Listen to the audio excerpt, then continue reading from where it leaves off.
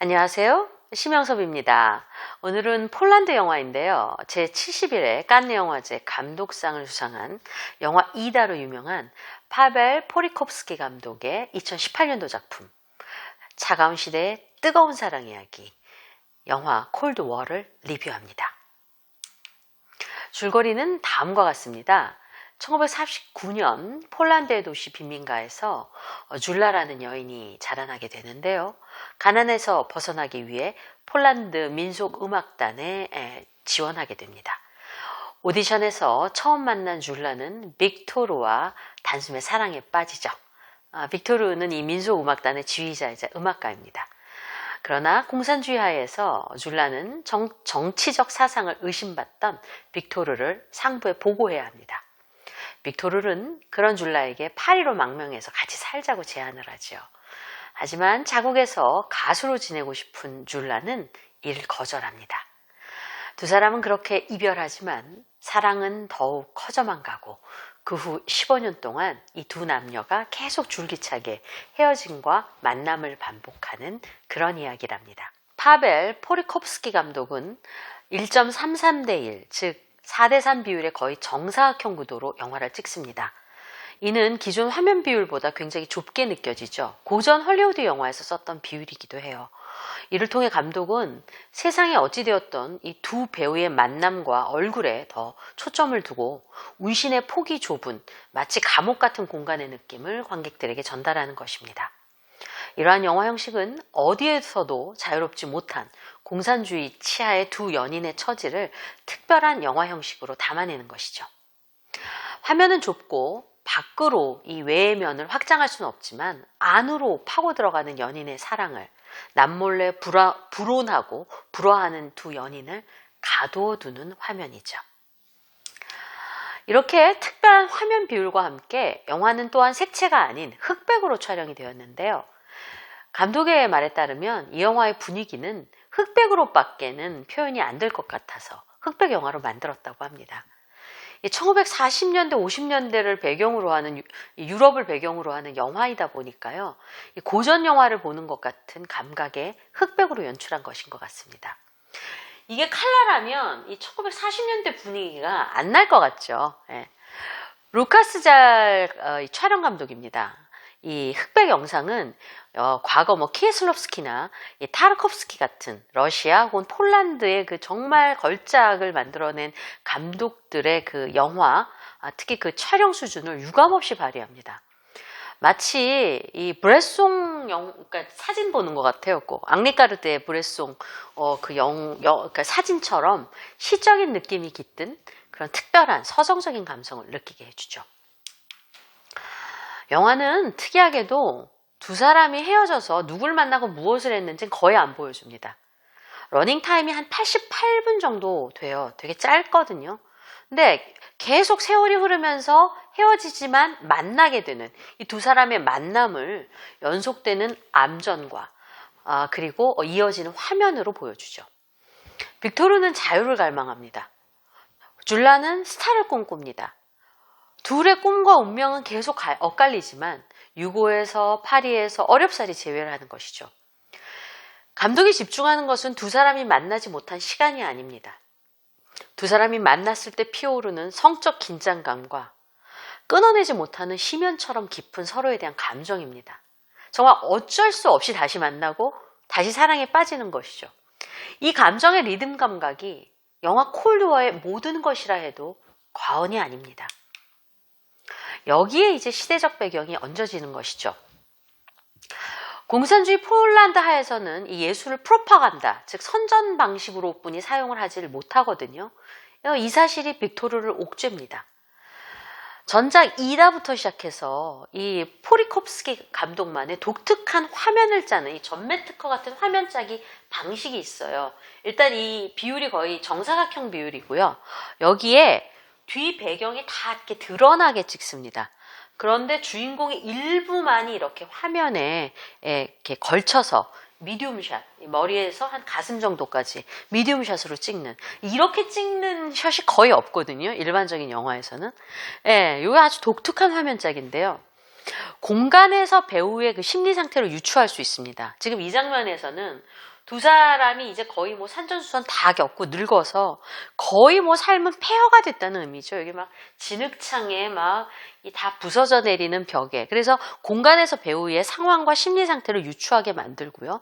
또 두 사람의 마음과 배경에만 집중하게 만드는 아주 독특한 화면 짜기 방식입니다. 이 흑백의 미장센은 화면 짜기라는 뜻이에요. 미장센 위에 뭐 클래식, 샹송, 재즈, 폴란드 민속 음악 등 각종 음악이 흘러나오게 되죠. 영화에서는 일단 폴란드 민속 음악 민요에서부터 시작을 합니다. 핵심이 되는 민요는 이루어질 수 없는 절절한 사랑을 그린 두 개의 심장이라는 민요죠. 네, 이렇게 민속 음악 양식으로 나오게 됩니다.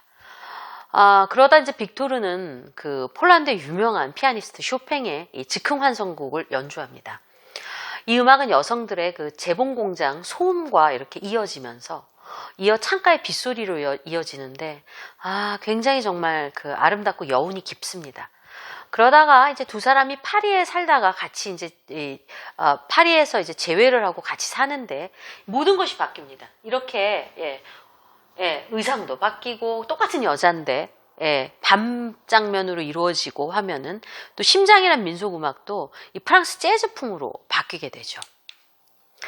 폴란드를 그리워한 쇼팽의 음악이 공장 노동자의 소음으로 바뀌는 것.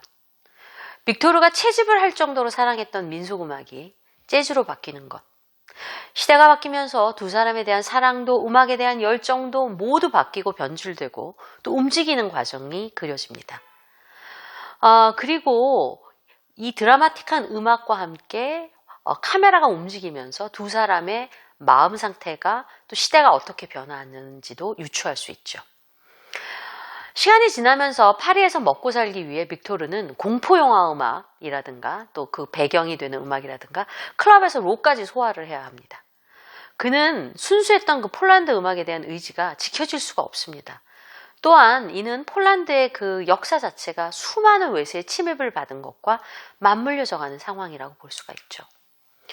두 사람은 위장 결혼까지 하면서 결국 자유를 쟁취하고 어렵사리 파리에서 만나서 살아가게 됩니다. 그럼 해피엔딩이냐? 아닙니다. 두 사람의 관계는 해피엔딩이 될 수가 없습니다. 쥸라는 갑자기 밀려오는 자유를 감당하기 어려워서 이 사람 저 사람 사이를 떠돌고 이렇게 막 자유분방하지만 고뇌합니다. 빅토르는 이런 쥸라에 대한 질투와 그녀 주변의 남자들에게 시기심을 느낍니다.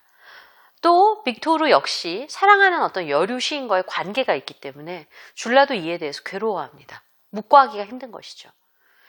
결국 쥸라는 폴란드에서와 달리 더 이상 폴란드어로 노래할 수 없다는 사실, 견딜 수 없어 합니다. 이런 상태가 되기 때문에 오히려 행복해야 하는 파리에 이르면 명암은 더욱더 이렇게 깊어지고 아주 뚜렷한 밤 장면으로 변화합니다. 그리고 폴란드 시절 고정되었던 카메라는 파리에서는 처음으로 이렇게 360도 트래킹이라고 하는 이렇게 회전샷으로 움직입니다. 이렇게 모든 것이 영화 형식이 변화하면서 두 연인 사이의 심리적 경계가 더욱더 오히려 두드러지고 두 사람의 어긋남이 균열이 서서히 보여지기 시작하는 것이죠. 이제 1960년대가 되잖아요. 그러면 음반까지 냈지만 파리 생활을 도저히 견딜 수 없는 쥸라가 폴란드로 그냥 가버립니다. 빅토르도 쥸라 없이 살아보려고 하지만 안 돼요. 그래서 배신자의 낙인을 찍을 게 분명한데도 폴란드, 그러니까 수용소에 갈 줄 뻔히 알면서도 쥸라의 뒤를 따라서 폴란드로 갑니다. 이때부터는 최악의 연속이에요. 빅토르는 감옥에 수용되고 피아니스트인데 손가락이 잘립니다. 모든 걸 잃어버린 거나 마찬가지죠. 쥸라는 아주 사회적 지위가 높은 남자랑 결혼해서 애까지 낳지만 소용없습니다. 이 빅토르를 잊지 못해요. 그리고 설상가상으로 너무나 상징적이게 쥸라는 남미 가요를 부릅니다. 이거 얼마나 둘 다 정말 본질에서 멀어진 겁니까? 남미 음악? 잘려진 손가락이 상징하듯 이제 두 사람의 예술가로서의 자존심은 온데 간데 증발해버렸습니다. 그런데 이보다 더 최악일 수 없는 상황에서 두 사람은 교회에서 둘만의 결혼식을 올립니다. 피아니스트였지만 손가락이 하나 잘려진 빅토르의 손을 쥸라는 하염없이 붙잡고 있습니다. 줄라 역시 이제 청춘의 매력은 다 사라지고 주름살이 지기 시작합니다. 두 사람은 결혼식 후 정체불명의 약을 먹습니다. 영화의 결말은 완전히 열려 있습니다. 영화의 라스트 씬에서 이 큰 나무 밑에 있던 두 사람은 그 뒷모습으로 잡고 결국은 또 이 화면을 떠나서 이 빈 화면만 남습니다. 두 사람이 자살을 했는지 중요하지 않습니다. 오히려 마지막 장면에서 두 사람은 모든 것을 초월한 것으로 보입니다. 15년이란 세월을 뚫고 천형처럼 묶여있는 두 사람은 궁핍하고 초라하고 기아와 불구에 시달릴지라도 더 이상 생존에 대한 계산을 하지 않습니다. 또한 앞날에 대한 불안감도 사라진 듯 보입니다. 경직된 공산주의 이념도 두 사람을 포박할 수 없어 보입니다. 국가도 사회도 가족도 다 상관없어집니다. 마지막 장면은 두 사람이 떠나고 난 빈 공간, 그러나 어찌 보면 무한히 확장된 두 사람의 공간과 시간이 펼쳐집니다. 초현실적인, 초월적인 공간이죠. 화면 속 시골의 풍광은 열려있고 둘만의 결혼식은 마치 다시 시작하는 연인 같아 보이기도 합니다. 비록 약을 먹은 듯 보이지만 그들은 또 그곳에 영원히 무언가를 기다리며 살아낼 듯도 보입니다. 그렇습니다. 이것은 전쟁이었습니다. 영화 제목 콜드워는 냉전이란 뜻을 갖고 있고 이 영화의 시대적 배경을 이루기도 하지만요.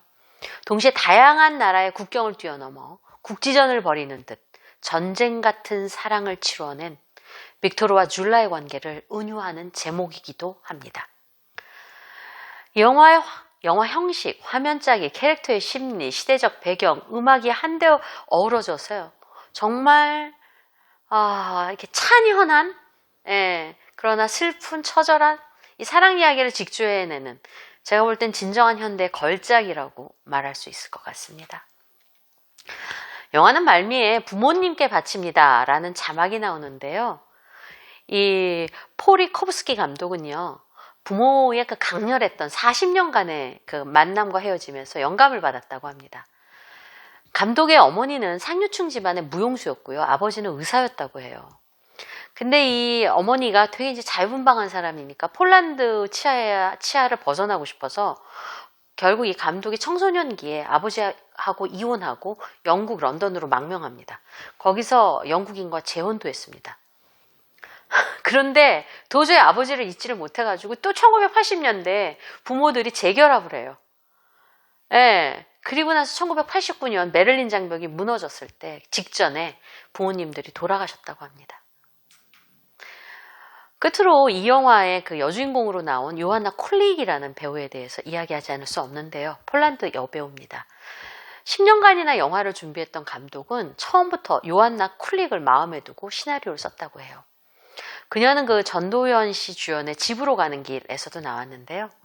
이 영화 때문에 반년 동안 폴란드 민속춤, 민속음악을 공부를 했고요. 영화 속 모든 노래를 자신이 소화했고 당차고 열정적인 줄라의 빙이 되어서 열연을 펼치죠. 개인적으로 이 영화를 보고 가슴이 먹먹했어요. 전쟁처럼 사랑을 나눴던 두 연인이 삶과 죄도의 모든 것에 실패를 했어도 사랑만큼은 운명적으로 완성했다고 보여졌습니다. 감독은 세상의 일 중에는 원인과 결과만으로 설명이 안 되는 일이 너무 많았다. 그래서 이 영화를 만들었다 라고 이야기를 하고 있는데요. 차가운 시대의 뜨거운 사랑 이야기 콜드워 88분 동안 도저히 눈을 떼시기 어려울 겁니다.